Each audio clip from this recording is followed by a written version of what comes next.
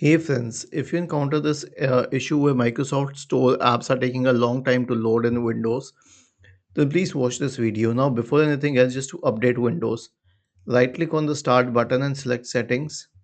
Go to Windows Update on the list on the left hand side and click on Check for Updates in the right pane. Next solution is WS Reset. So press the Windows key and the R key together to open the Run window. Type the command WS Reset and hit Enter.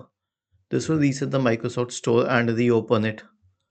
And then the last one is to re-register the Microsoft Store. So we have a command line here. All we need to do is search for PowerShell in the Windows search bar and click on Run as Administrator.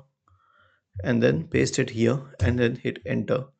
This will re-register the Microsoft Store and then you can try reopening it. At this time, maybe it will load. Okay, though it usually takes a while when you clear the cache first, but then it will be all good. Was this helpful? If yes, then please subscribe to the channel.